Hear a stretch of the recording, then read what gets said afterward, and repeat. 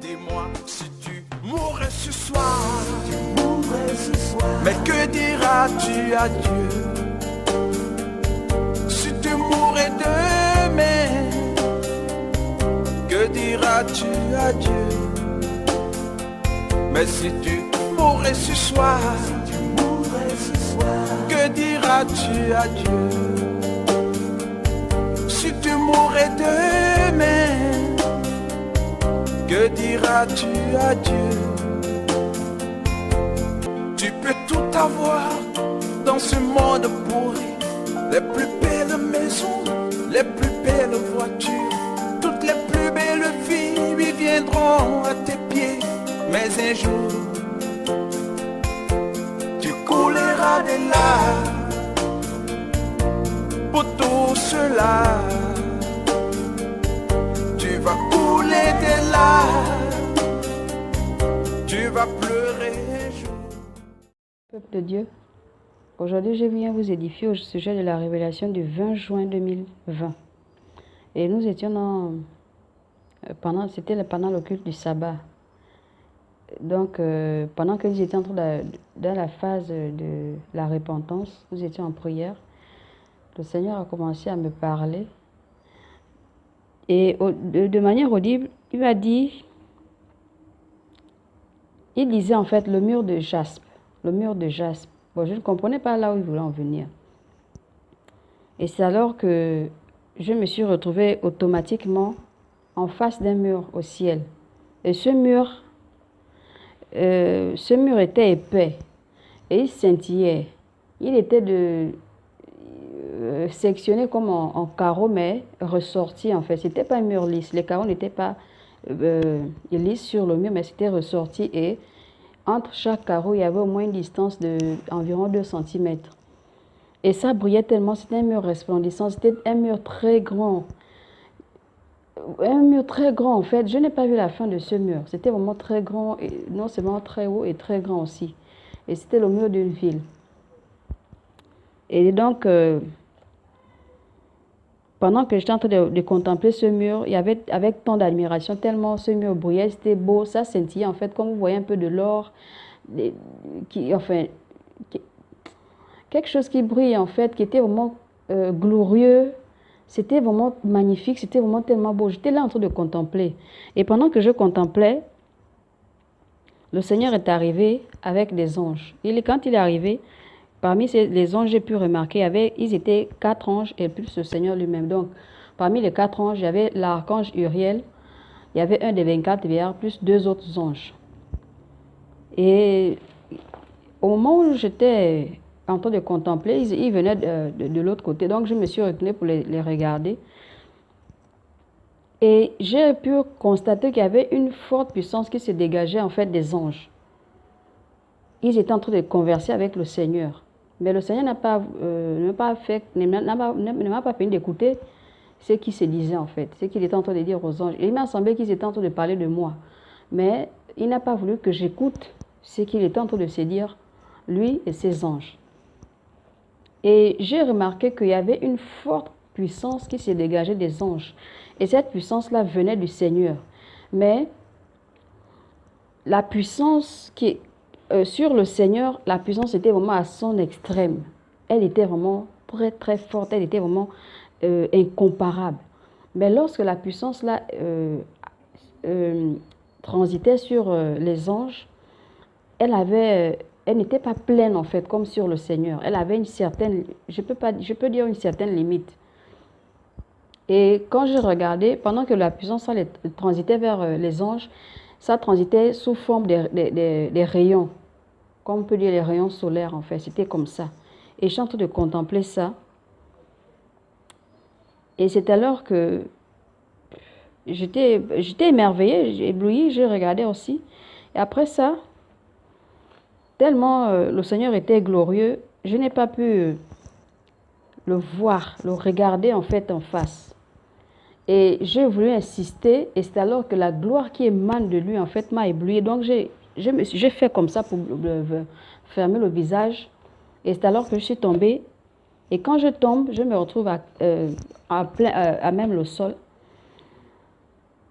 Quand je me suis regardée, Le culte de Shabbat, j'avais une robe bleu marine avec des fleurs, plus une veste, là, cette veste-là.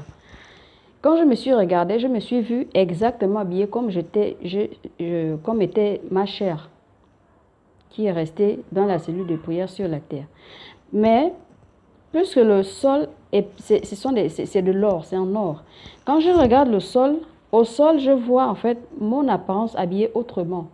Le corps de mon apparence était glorieux. J'étais vêtue dans une robe blanche et j'avais rajeuni en fait de quelques années. Je devais avoir approximativement entre 16 et 18 ans. En fait, l'apparence que j'avais que mon reflet avait, en fait, c'était ça. Et je suis en train de regarder, je regardais et je suis restée là à un moment donné à regarder ça. Et c'est alors que je me suis levée. Donc, pendant que je me levais doucement, je me suis rendu compte que je n'étais plus à côté enfin, je n'étais plus là où il y avait le mur de jaspe, en fait. Et le Seigneur et ses anges aussi avaient disparu. Donc, j'étais ailleurs, en fait. Donc, je me suis carrément retrouvée ailleurs. Et c'est alors que je me suis relevée tout doucement. Donc, pendant que je me relevais doucement, j'ai commencé à marcher. Il y avait des fleurs de part et d'autre. Il y avait aussi des arbres vraiment tellement beaux, tellement parfaits. Il se dégageait vraiment, l'atmosphère était paisible, l'atmosphère était vraiment parfaite. L'atmosphère n'avait pas cette lourdeur ou cette pression ou cette...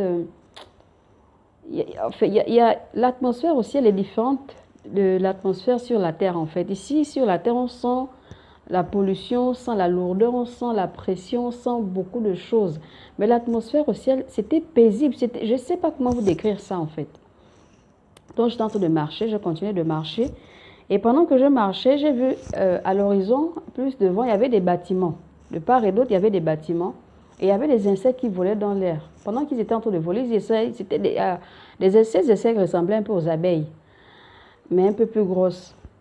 Donc pendant que ces insectes volaient, à un moment donné, je me suis arrêtée en fait parce que elles étaient en train de louer le Seigneur tout en volant.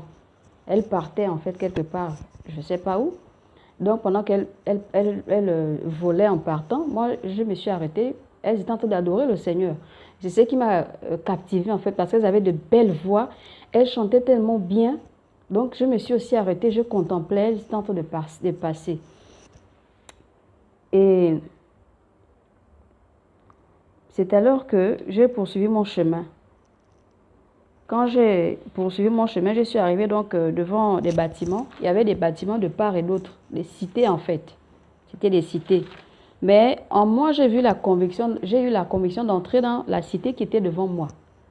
C'est alors que je continue à marcher. Quand j'arrive à l'entrée de la cité, il y avait des bâtiments. C'est alors que je suis rentrée dans un des bâtiments, celui qui était aussi droit devant moi. Et dans ce bâtiment, j'ai remarqué qu'il y avait des portraits. Quand je suis rentrée dans le bâtiment, il y avait des portraits dans une salle. Et les salles étaient tellement vastes, vraiment très vastes. Et dans la salle dans laquelle je venais de rentrer, il y avait des portraits, comme je disais. Des portraits qui étaient rangés dans un côté dans la salle. Vraiment beaucoup de portraits. Et au milieu de la salle, mais un peu plus vers le mur, il y avait un pupitre en or. Et sur ce pupitre, il y avait une Bible posée. Et la Bible avait ses couvertures aussi. Sa couverture était aussi en or, mais les pages étaient toutes blanches. Et l'écriture n'était pas l'écriture terrestre, c'était une écriture, je peux dire en langue céleste. Parce que l'écriture n'était pas... Ça n'avait rien à voir avec le français, l'anglais ou l'arabe ici sur la terre en fait. C'était une écriture en langue céleste. Et c'était ouvert, posé sur le pupitre. Et c'est alors que j'ai remarqué, à ce moment, pendant ce temps sur la terre, c'est l'évangéliste Timothée qui était en train de prêcher. Et quand je regardais derrière le pupitre, j'ai vu, il y avait un ange qui était là, mais c'était d'abord le frère Timothée en question qui prêchait. Après, le frère Timothée a disparu, l'ange est resté. Et quand j'ai regardé au niveau là où il y avait les portraits, J'ai vu les portraits de plusieurs prédicateurs de l'évangile, ceux qui prêchent encore la parole pure, même l'évangile pur, la sainte doctrine. Et parmi ces portraits, j'ai pu reconnaître quelques prédicateurs. Donc, j'ai reconnu le pasteur Jules, j'ai reconnu le pasteur Samuel, le pasteur Étienne, le pasteur Boris, l'évangéliste Timothée, qui était en train de prêcher à ce moment-là. J'ai aussi reconnu le pasteur Robert Atucci. Et j'ai aussi reconnu le prophète Aston Baya. J'ai reconnu aussi le frère Appelleté Divin.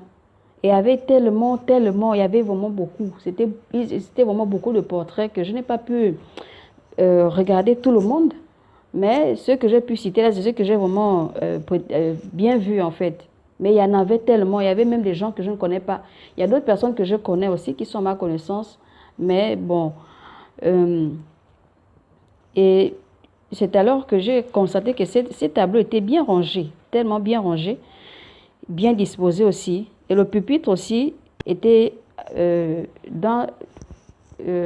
son côté, toujours dans cette même salle. Et par ailleurs, le Seigneur m'a fait comprendre que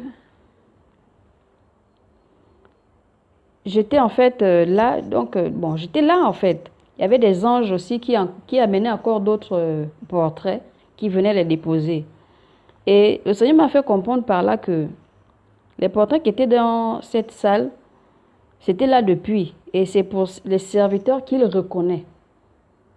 Ce ne sont pas des pasteurs ou bien des prédicateurs ou les bergers qui se sont levés d'eux-mêmes, non. C'est ceux que lui-même reconnaît, ceux que lui-même il a établi sur son peuple pour paître ses brebis en cette fin de temps, afin de les apprêter pour son avènement prochain. C'est ce qui m'a fait comprendre. Et donc, j'ai aussi constaté qu'il y avait des anges qui venaient encore d'amener certains portraits. Et les portraits des personnes que les anges amenaient, c'était les portraits des personnes que le Seigneur venait de certifier pour son œuvre. Et j'ai aussi vu celui d'un frère qui est avec nous dans la cellule de prière. Et j'ai constaté aussi que ces serviteurs-là, ces serviteurs de Dieu, servaient le Seigneur dans la simplicité, loin de la popularité. Ils ne prêchaient pas le Seigneur pour se faire voir. Ils ne prêchaient pas le Seigneur pour s'attirer une foule de popularité, non. Ils prêchaient le Seigneur en fait dans la fidélité, la soumission et l'obéissance. Et ces hommes en fait, ils se battent pour rester vraiment fidèles au Seigneur en fait, dans leur intimité, et ils se consacrent et demeurent vraiment discrets. C'est le constat que j'ai fait à ce moment-là.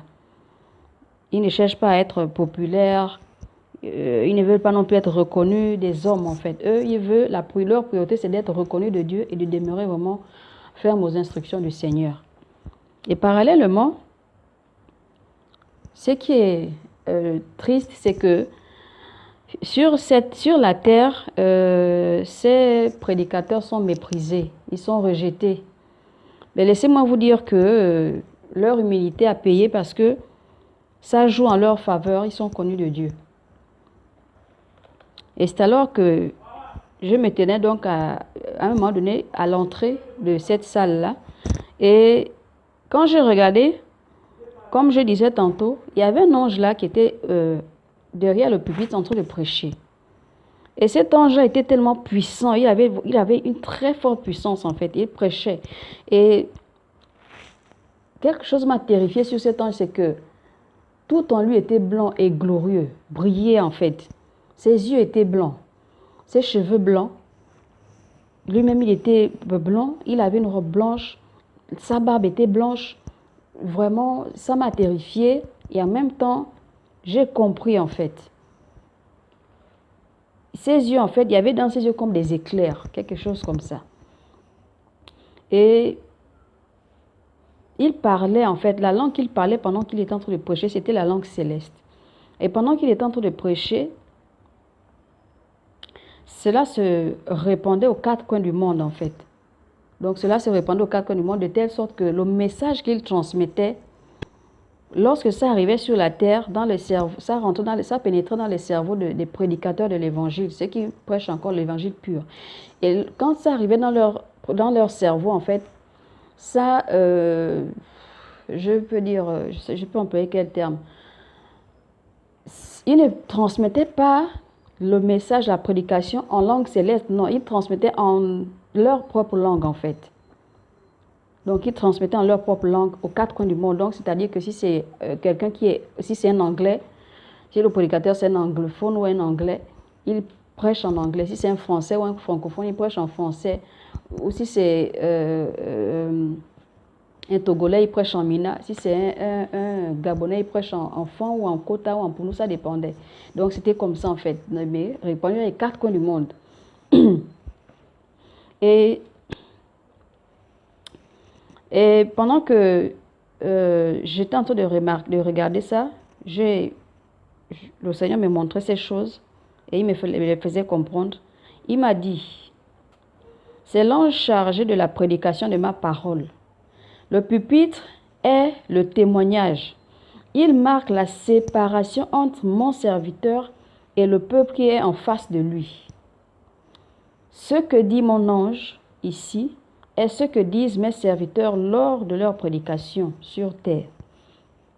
Même s'ils semblent avoir des messages différents, le but à atteindre est le même et ils sont tous un. Il y a des choses dont votre intelligence est incapable de supporter. Le pupitre ou le témoignage est un symbole. Il témoignera contre vous. Je m'adresse aux prédicateurs de la mort, ceux que je ne reconnais pas. Mais à mes serviteurs, je vous conseille de pratiquer ce que vous prêchez afin que ce témoignage ne parle pas contre vous. Ensuite, il m'a mené dans un autre bâtiment et c'était une cité, dans une autre cité. Dans cette cité, il y avait aussi des bâtiments qui n'étaient pas loin du bâtiment duquel je venais de sortir, là où j'ai vu les portraits des hommes prédicateurs de l'évangile pur. Mais dans ce bâtiment, dans cette cité-là, quand je suis arrivée à l'entrée, j'ai été surprise de voir qu'il y avait aussi un ange là debout qui m'attendait avec mon portrait, mon propre portrait à moi. Et lorsque je suis arrivée devant l'ange, il m'a invité à rentrer. Ensuite, pendant que j'étais en train de rentrer, cet ange-là m'a arrimé mon portrait en me disant, « Ton portrait est ici dans cette salle depuis. Je voulais te réconforter, c'est pourquoi je tenais à t'accueillir avec ça quand j'ai su que tu venais ici. Sois forte pour les jours à venir. » Et c'est alors que j'ai pris mon portrait et je suis rentrée. Quand je suis rentrée, j'ai remarqué qu'il y avait plusieurs portraits rien que pour les femmes. L'autre côté, c'était les portraits des hommes, mais à ce stade, c'était les portraits des femmes. Les femmes du mouvement du réveil de la sainteté, celles qui se battent pour suivre les instructions du Seigneur, celles qui se battent pour marcher dans la fidélité, la soumission et l'obéissance au Seigneur. Et je n'ai pas vu de pupitre dans cette salle. Il n'y avait que des portraits de femmes. Et parmi ces portraits, j'ai pu voir le portrait de la sœur Irène Dongou du Congo, le portrait des deux sœurs Manchala et de leur mère, le portrait de la sœur Esther de la Côte d'Ivoire, le portrait de la sœur Angèle du Congo aussi, qui vit, je sais pas trop, en France ou en Bruxelles. Et il y avait encore beaucoup d'autres portraits, des femmes que je ne connais pas et des sœurs que je connais aussi. Et j'ai aussi constaté que il y avait certains anges qui amenaient encore de nouveaux portraits de personnes, des femmes que le Seigneur venait aussi à peine de certifier. Et par ailleurs, j'ai remarqué que la structure dans cette salle était vraiment très différente que la salle dans laquelle il y avait les portraits des hommes fidèles au Seigneur.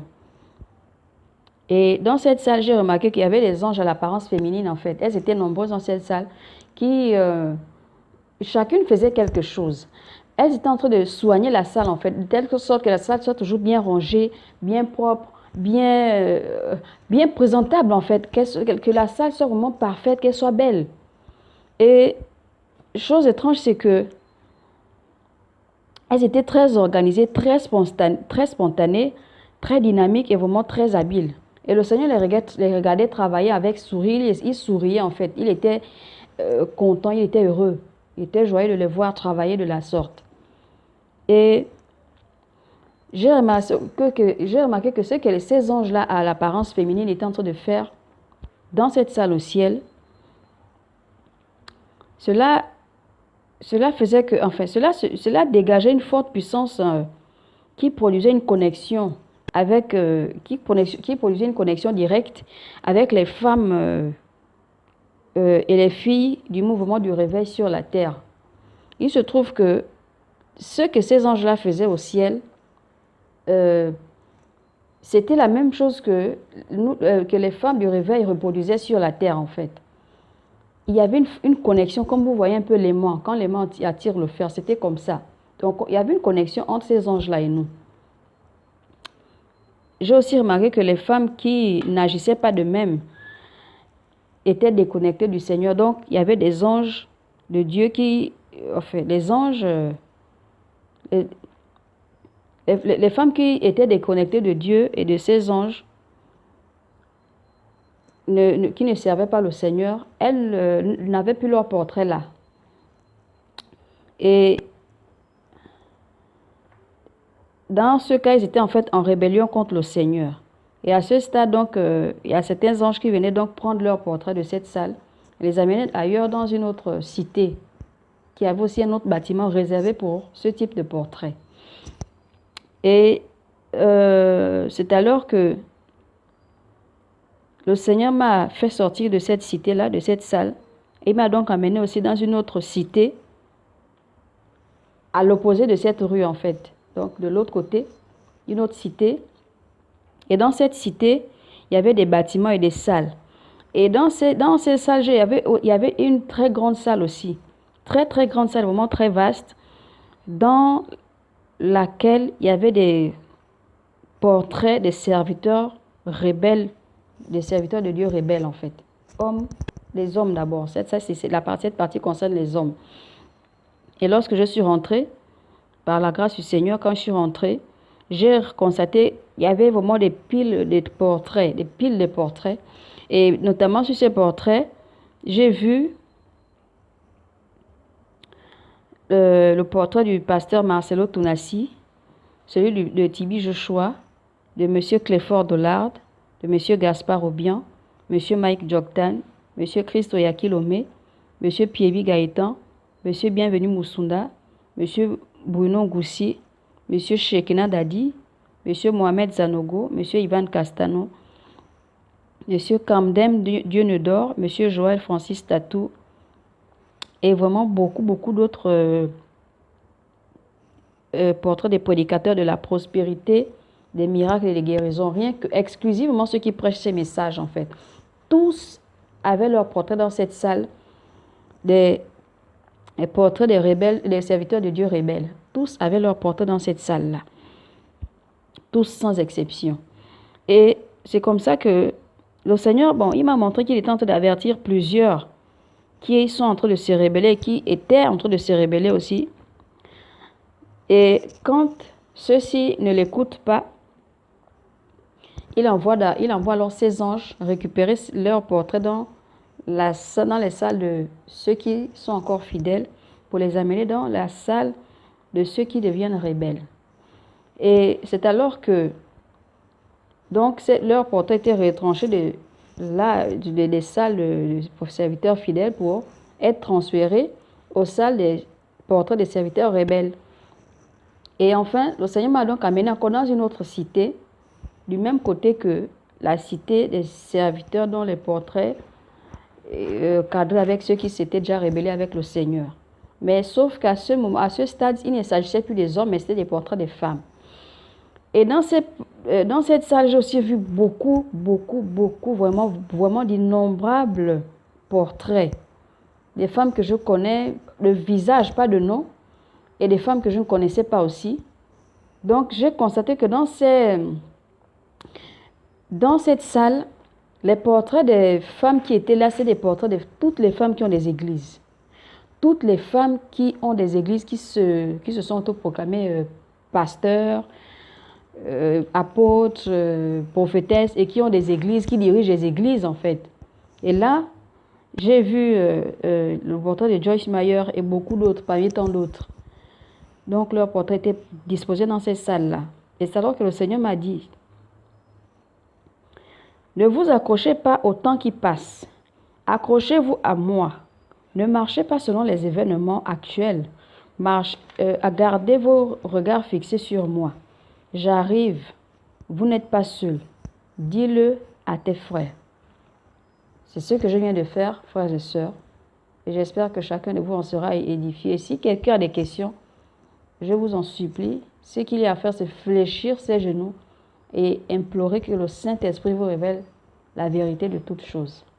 Shalom, shalom.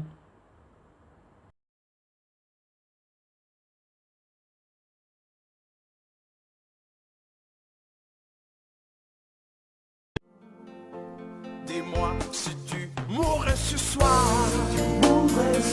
mais que diras-tu à Dieu? Si tu mourrais demain, que diras-tu à Dieu? Mais si tu mourrais ce soir, que diras-tu à Dieu? Si tu mourrais demain, que diras-tu à Dieu?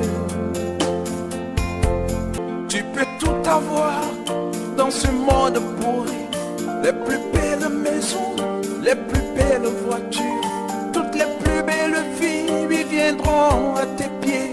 Mais un jour, tu couleras des larmes pour tout cela. Tu vas couler des larmes, tu vas pleurer.